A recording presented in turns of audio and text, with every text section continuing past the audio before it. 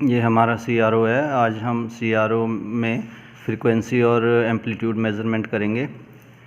Amplitude और frequency को इसमें मेज़र करते हैं हम। ये CRO है और ये आउटपुट डिवाइस है एक तरह का, और इस पर हम कैलिब्रेशन करते हैं। और ये हमारा है जो फंक्शन जनरेटर है, यहाँ से हम इनपुट देते हैं, एम्पलीट्यूड और फ्रीक्वेंसी की इनपुट देते हैं। ठीक है, ये अभी दोनों के बारे में बता देता हूँ। तो पहले हम इसको यहाँ से, इसका ये पुश बटन है, इसको ऑन कर लेते हैं। ये ऑन हो गया। ये इसका डिस्प्ले है, यहाँ डिस्प्ले आता है इसका। और ये हमारी इसको ये AC और GND DC है, ये हमने ग्राउंड पे करनी होती है एक में।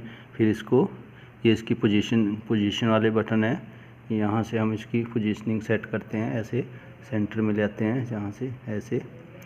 और अप डाउन पोजीशन बटन है। ये डुअल दो चैनल का है। एक चैनल इसका ये 1 चैनल है, ये 2 चैनल है। ये चैनल 1 है, चैनल 2 है। हम दोनों भी यूज़ कर सकते हैं और एक एक यूज़ भी करते हैं। ठीक है, ये हमने यहाँ पे प्रोब लगा दी है और इसको हमने फंक्शन जनरेटर से कनेक्ट कर दिया है। ठीक है, और हमारा जो मेन है, एम है, जो इसमें जो हमारा एक्सपेरिमेंट है, फ्रीक्वेंसी और एम्पलीट्यूड मेज़रमेंट करने का है। हम उसी के बारे में ज़्यादा देखेंगे और ज़्यादा बाकी नहीं देखेंगे। तो ये यहाँ पे पोल्स डिवीज़न का है। ये हॉरिजेंटली पोजीशनिंग है, ऐसे।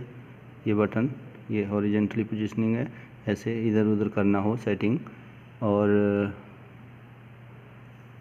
ये टाइम डिवीज़न का है, इसमें हम फ्रीक्वेंसी मेज़र करते हैं, टाइम डिवीज़न है। और ये वोल्ट्स डिवीज़न है, ये वाला नोब, ये वाली। और यह है चैनल 1, चैनल 2 यहाँ पे है। चैनल 1 पे रखा है हमने। अगर 2 यूज़ करते हैं तो इसको हम 2 पे करते हैं। ये 2 पे आ गया, ये 1 पे आ गया। अगर हमने 1 यूज़ करना है तो इसको 1 पे करेंगे, अगर 2 पे करना है तो इसको 2 पे करेंगे। ठीक है, अभी हम 1 पे करते हैं। ये हमने 1 पे लगा रखी है। हम ऐसी प्रोब दोनों चैनलों पे इकट्ठी लगा सकते हैं, और दोनों का हम अलग अलग देख सकते हैं पोजीशन बटन से अप डाउन करके। ओवरलैपिंग में जो होती है वेव, उसको अलग अलग देखते हैं। ये CRO का मतलब है कैथोड रे ऑसिलोस्कोप। इसमें हम जो भी चीज़ है, इसको वेव फॉर्म के रूप में हम करंट को देखते हैं, क्योंकि हम करंट तो देख ही नहीं सकते, सिर्फ महसूस ही करते हैं। तो ये उसको देखने के लिए और कैलिब्रेशन करने के लिए होता है हमारा CRO। तो इनपुट इसको हम बाहर से देते हैं, इस फंक्शन जनरेटर से। ये फंक्शन जनरेटर है, इनपुट यहाँ से मिलती है इसको यहाँ से पुश बटन है, इसको हम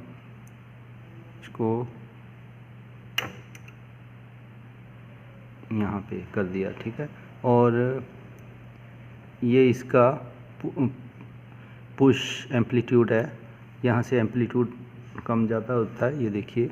यहाँ से अभी मैं इसको एम्पलीट्यूड बढ़ाऊँगा तो ये वहाँ हमारा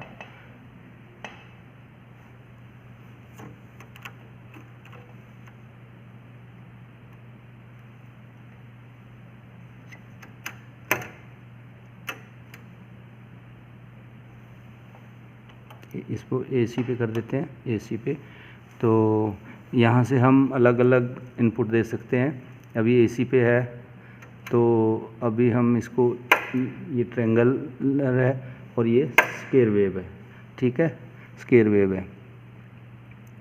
तो बाकी हमें फंक्शन, हमने जितना हमें ज़रूरत है उतने ही देखेंगे। और अभी हम AC पे इसको सेलेक्ट करते हैं। ये अलग अलग फंक्शन है, ये देखिए यहाँ से ध्यान से।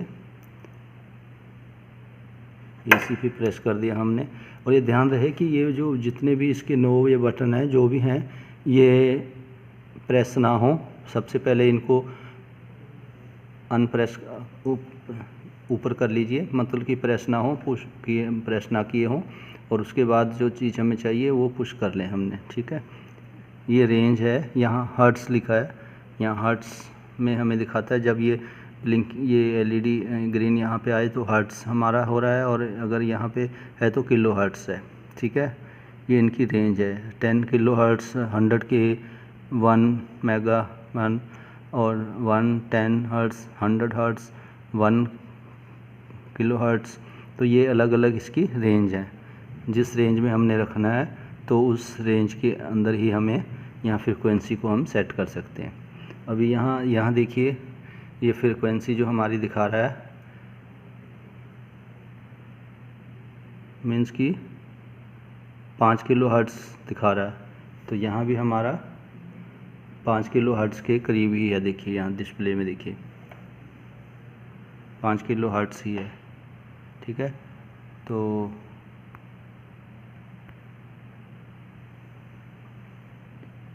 फंक्शन जनरेटर में भी सेम दिखा रहा है और यहाँ भी CRO में भी सेम दिखा रहा है। अब देखिए ये हमने ये जो इसका एम्पलीट्यूड बटन है, ये नॉन रोटेट बटन है, जो ये रोटेट बटन है, जो जैसे हम इसको करते हैं तो यहाँ से हमारी जो है CRO में जो है वोल्टेज कम, एम्पलीट्यूड कम ज़्यादा हो रहा है। एम्पलीट्यूड क्या है, एम्पलीट्यूड को हम एम्पलीट्यूड कहते हैं कि एम्पलीट्यूड बढ़ा दो कम कर दो, तो वो क्या है, हमारी वोल्ट है। और हाइट या स्ट्रेंथ, जो वोल्ट कम ज़्यादा होती है, हम एम्पलीट्यूड कम ज़्यादा करते तो हमारा वोल्ट कम ज़्यादा हो रहा है। ठीक है, तो अब हम इसको यहाँ से पोजीशनिंग बटन से इसको सेंटर में कर देंगे, एक बॉक्स में ले आते हैं। यहाँ से एम्पलीट्यूड एक बॉक्स में ले आते हैं।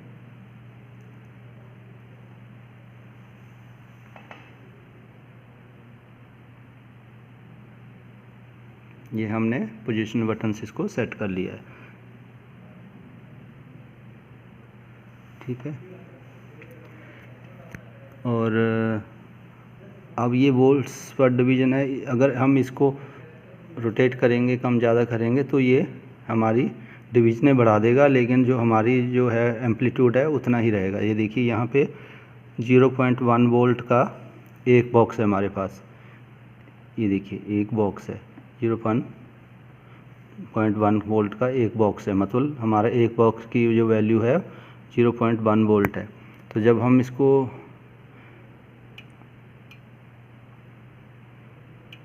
ये देखिए कम ज़्यादा कर रहे हैं तो इसकी वो हमारी डिवीज़नें बढ़ रही हैं, लेकिन वोल्ट उतनी है। देखिए 1 2 3 4 5, 1 2 3 4 5, ये हमारा 5 बॉक्सेस में आ गया है। जो वेवफॉर्म है हमारी एम्पलीट्यूड जो 5 बॉक्स को कवर कर रहा है। तो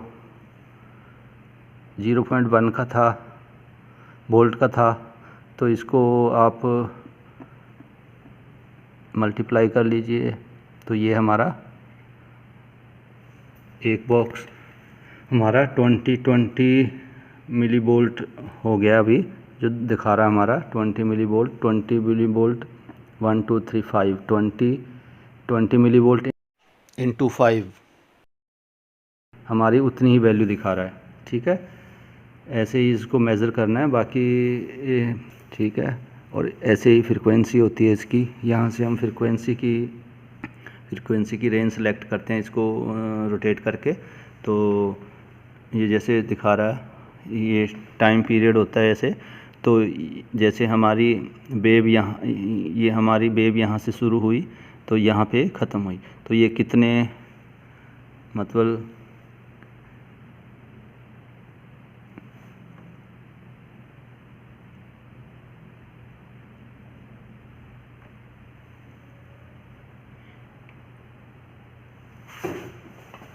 तो ये हमारी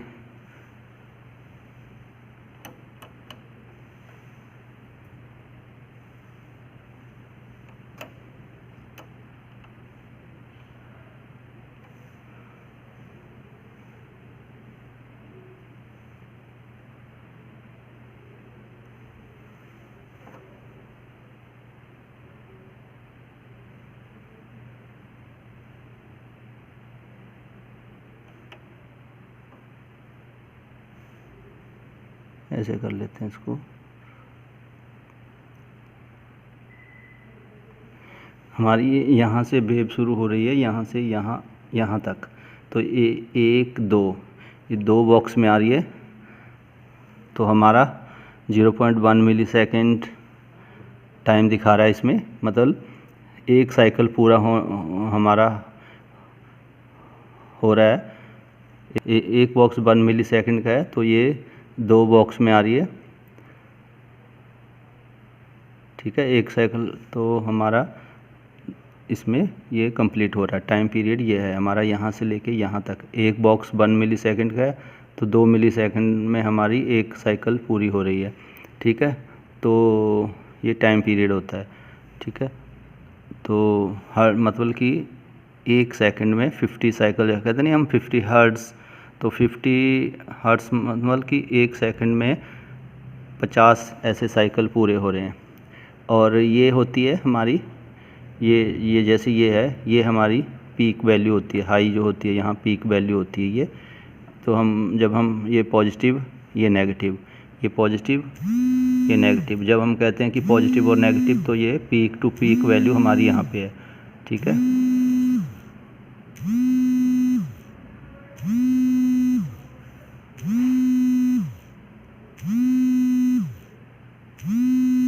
तो ये आपको समझ आ गया फ्रीक्वेंसी और एम्पलीट्यूड कैसे मेज़र करना है, ठीक है। अगर अब देखिए ये फ्रीक्वेंसी वाला देखते हैं, जैसे मैं इसको रोटेट कर रहा हूँ यहाँ से फ्रीक्वेंसी बढ़ रही है, कम ज़्यादा हो रही है, ये देखिए, मतलब कि हम ये हमने सेट कर दिए 5 किलोहर्ट्ज़ के बीच में।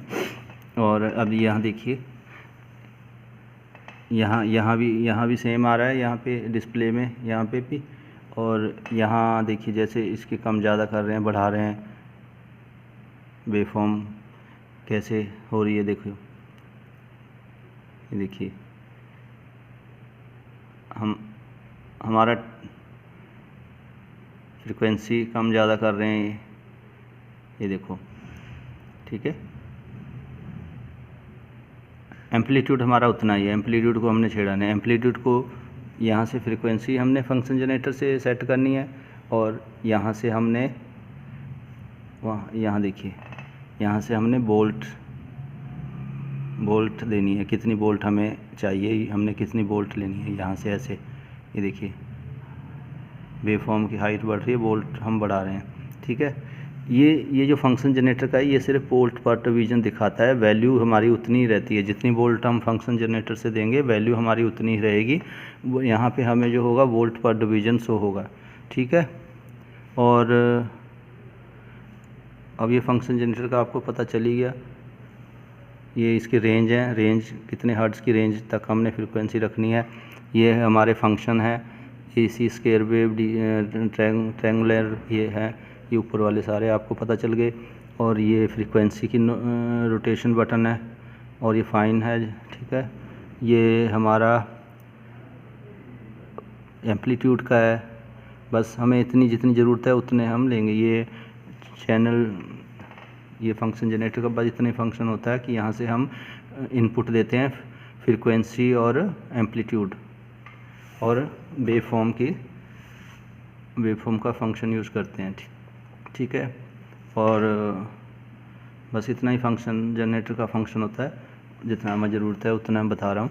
और ये CRO कैथोड रे ऑसिलोस्कोप है, एक बार फिर बता रहा हूँ। और यहाँ हम वेवफॉर्म देखते हैं CRT में, ठीक है।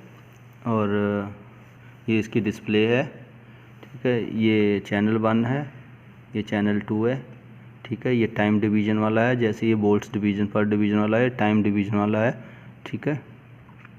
ये टाइम डिवीज़न वाला दोनों के लिए सेम है। और यहाँ हम पहले हमने ग्राउंड पे सेट कर लेते हैं इसको, तो ये ग्राउंड पे करना होता है ऐसे, ये देखिए लिखा हुआ है, ये ग्राउंड मतलब 0 हो गया हमारा, ग्राउंड मतलब 0 हो गया। तो इसको हम स्ट्रेट एक लाइन में ले आते हैं। तो फिर जैसे हम इसको ऐसे DC पे करेंगे और AC पे करेंगे, ठीक है। इसको AC पे रखेंगे, और ये हमारा सेटिंग, बस बाकी कुछ नहीं है, इतना ही है। फ्रीक्वेंसी और बोल्ट मेज़र करने का आपको बताया तरीका, बाकी मैनुअल में भी लिखा हुआ है और लेक्चर में भी आपने पढ़ा होगा।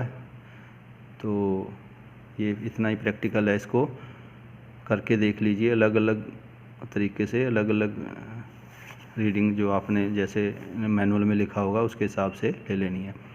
ठीक है, मैनुअल में बेटर होता है, बाकी आपको और अच्छी तरह समझ सिमुलेटर से आ जाएगा। ठीक है, कुछ पूछना हो तो आप पूछ सकते हो।